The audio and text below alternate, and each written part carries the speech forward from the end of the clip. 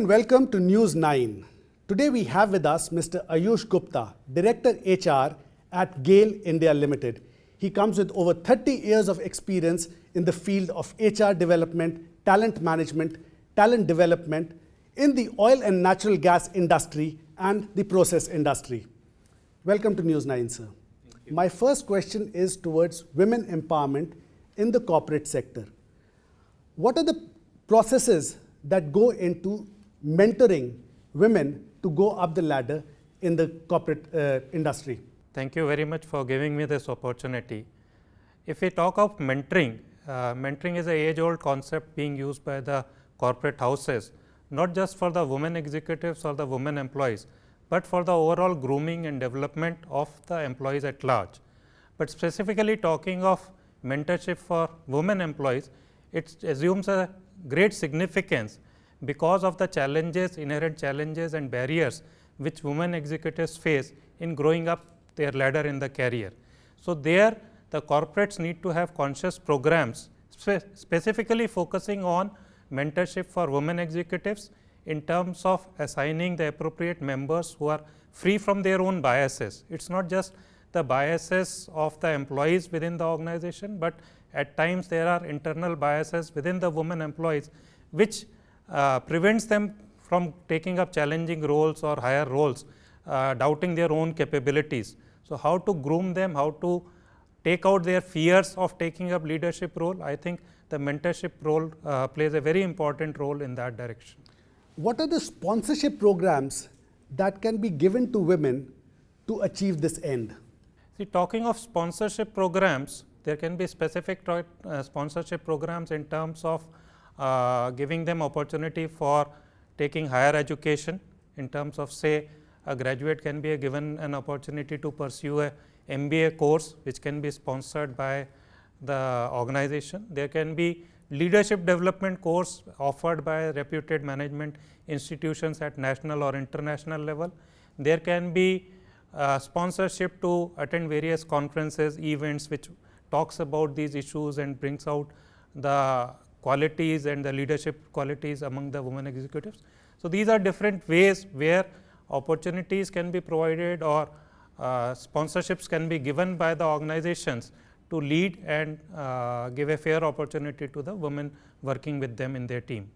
Talking about fair opportunities, I will come to the question of working mothers.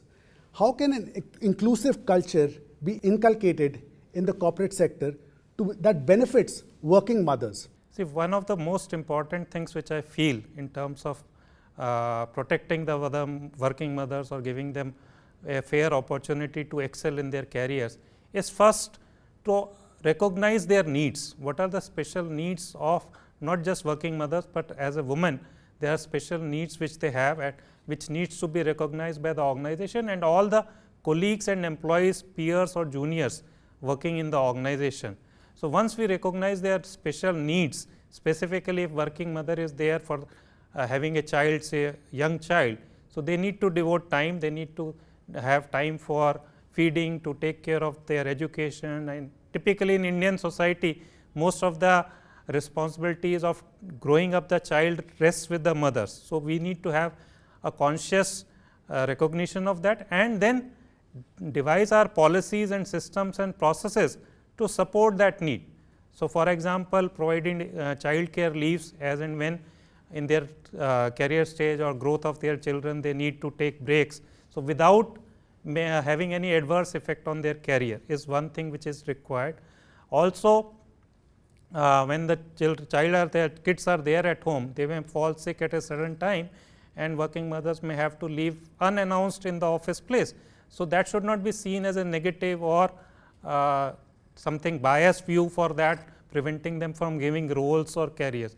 Another thing is when they frequently take leave or policies are made in terms of child care leaves or special leaves, at times it becomes a detriment for the process owners and an unconscious bias creeps in, where at the time of hiring people try to desist from hiring women, that they will be taking frequent leaves and when they get married or when they bear children they may not be available for work. So, those kind of biases also needs to be taken away for giving a very fair opportunity for women and working mothers to pursue their careers and contribute to the growth and development of the organization as a whole. You spoke about a fair opportunity. So, what has been your experience in fostering an environment where a good, favorable work-life balance for working mothers is fostered in an organization?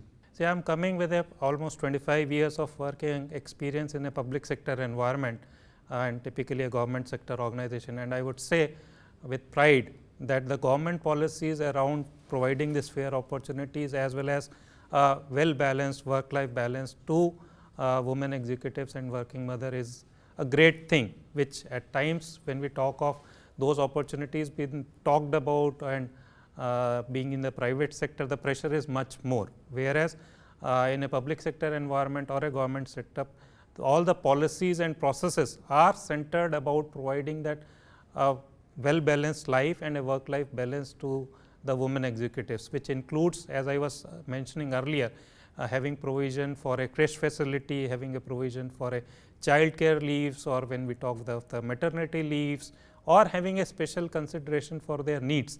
I think these are important factors when we talk of a work-life balance being given to the women employees. Now, let's come to leadership roles for women. How can organizations encourage more and more women to take on leadership roles and be part of the top level decision making in an organization? See, this is one area where focused efforts have to be done by the organizations. It cannot be left just like that for women to compete in a male dominated industrial or a corporate setup. Unfortunately, in India still the representation of women in corporate sector is less than or around 20 to 23%, whereas the population is almost 50%. So, there if we want an equal participation and we want to see that in the times to come women come forward and take the leadership role, there has to be a focused approach. It cannot be a run of the mill approach like training programs being given for all the employees. There may be required leadership development programs, they may be given special roles or assignments where that leadership potential can be identified, and right jobs, right kind of roles need to be given to them at the right time, so that they can excel and grow up in their career ladder and eventually take up the board level positions, which unfortunately as of now their percentage at the board level is still very, very low. Exactly. My next question, board level positions, what are the policies that an organization can pursue to have more women in these board level positions in an organization? See, it cannot possibly, in my particular view, it cannot come through a policy or a per se. Policy, if you talk of somebody may say reserve 2 seats out of 10 in a board level position for women, but that may not be the right solution or the right way of approaching or increasing the representation at the board level. The policies have to be more inclusive. The systems and processes right from the entry level of a woman executive in the organization, she should have a visibility of a career path where she can aspire to reach up to the board level. Unfortunately, as of now, many of the women entering the workforce do not have that kind of a visibility.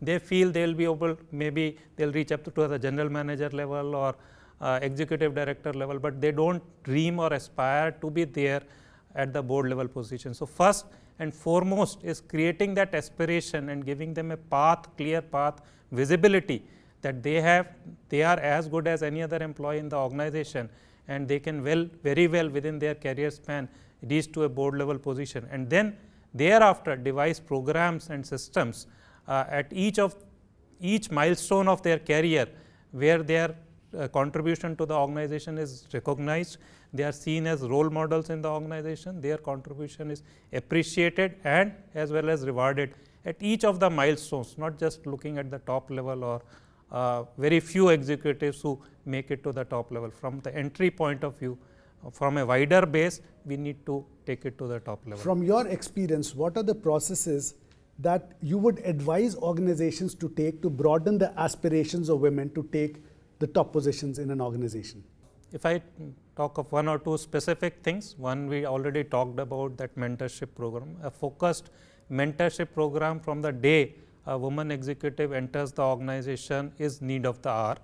Second, policies and systems and processes designed in alignment with the special needs of a woman executive or the woman employee, including working mothers, without any kind of a bias in the minds of male colleagues or the counterparts is another important thing which an organization needs to ensure. Third most important thing is to deal with the unconscious bias right from the day a selection process is being designed within the employees, that whether if a female employee is coming to the team or in the organization, we should not be biased that she may or may not be able to work, or she may have to take breaks, and that will hamper my team's efficiency or progress, because of which I may not be able to select or choose a female member in my team. So, that unconscious bias needs to go away with a broader view that even if they are there for a shorter time, they bring a different perspective or energy to the team, which is at times very, very critical and important for the success of the team and the organization. And last thing, as again I told earlier, there may be biases within the women employees, internal biases. So, how do we deal with that, those internal biases, and break those barriers which limit the women employees from taking the leadership roles? Again, there has to be mentoring sessions, there have to be one-to-one counseling sessions, there have to be enough role models within the organization to break away those kind of inhibitions within the employees. How does one involve external organizations or external initiatives to foster the growth of women employees and their aspirations within an organization? Do you have any examples of the same? Yes, quite a few. Right now, if we talk of the work being done across the world in terms of organizations which are focusing on women empowerment, providing them coaching, providing them mentoring, providing them opportunities to grow and develop themselves as a future board level member, are many. And many a times the organizations may not have that kind of a resource within the organization to provide that kind of a support. That is where engagement with external stakeholders and specialized organization providing these opportunities become very, very important. And here slightly different example I would like to give, where engagement with external stakeholders has been used by GAIL India Limited, and we focus more on the employees or the women employees, but a large section, say if I talk of GAIL, we are still in terms of the percentage of women employees, 7 to 8% of women employees in the organization, and rest are male employees. But and plants and processes are located in remote locations, where say a petrochemical plant in state of Uttar Pradesh, there are 1,000 employees and their spouses are there who are professionally qualified. Now, today all the younger generation who are joining, engineers or executives joining the organization, they have a professionally qualified spouse, and going at that remote location, their spouses may not have a working opportunity to pursue their professional dreams and careers. So, how as an organization we can support them? An initiative which GAIL India Limited launched last year on the International Women's Day of 8th March, where we decided to support the entrepreneurship dreams of women employees by supporting and engaging with a renowned institution in the country, IIT Madras, if I can name it, where we partnered with them and we provided almost a year-long entrepreneurship development program to the spouses of GAIL employees, in terms of making sure that they feel empowered at those remote locations of pursuing their professional careers and dreams, thereby helping the organization to retain its employees and increase the productivity and efficiency in the organization. I think many more such things need to be done by the corporate world. From your experience, do you feel more and more organizations are getting less shy and more open to involving external organizations and bodies to promote women empowerment within an organization? Definitely, there is no doubt about it. The organizations are more open to be more gender inclusive and also engaging with the external bodies and stakeholders or agencies to empower women, and also in terms of, if we talk of sensitizing the male employees of within the organization to be how they have to behave, how do they have to conduct when there are female members as a part of their team, is very, very important. And organizations, large number of organizations, I believe, are open and already adopting such practices. Anything more you would like to add on the subject, sir? So, this is one subject which is really I am passionate about, and as GAIL India Limited, we are conscious. One is such initiative I just shared. In terms of another thing, if I talk of under the CSR program also, we are doing a lot of community development initiatives where we are focusing on empowering the women around our work centers and especially focusing on girl childs. One such initiative, if I can again name it, is GAIL Utkarsh, and we have a center in Varanasi where we are training and educating 60 girl students, for 30 for medical examination and 30 for engineering examinations. And I am proud to share that their results in terms of qualifying NEET and the JEE examinations are more than 95%. So, they are given a year-long fully residential coaching and training program through our again one of the external partners, and making sure that they are all coming from a very underprivileged background, not having a large very income group of their families. So, making them, empowering them to pursue their dreams and making their careers is something we feel really passionate about. This was just one such initiative. So, many more initiatives like this GAIL is working on and is committed towards making sure that it is not just within the organization, but outside the organization also we are able to send that message very loud and clear. Thank you very much, sir, for sparing your time with sharing your thoughts with News9. That was Mr. Ayush Gupta sharing his thoughts on the promotion of women empowerment within an organization. Keep watching.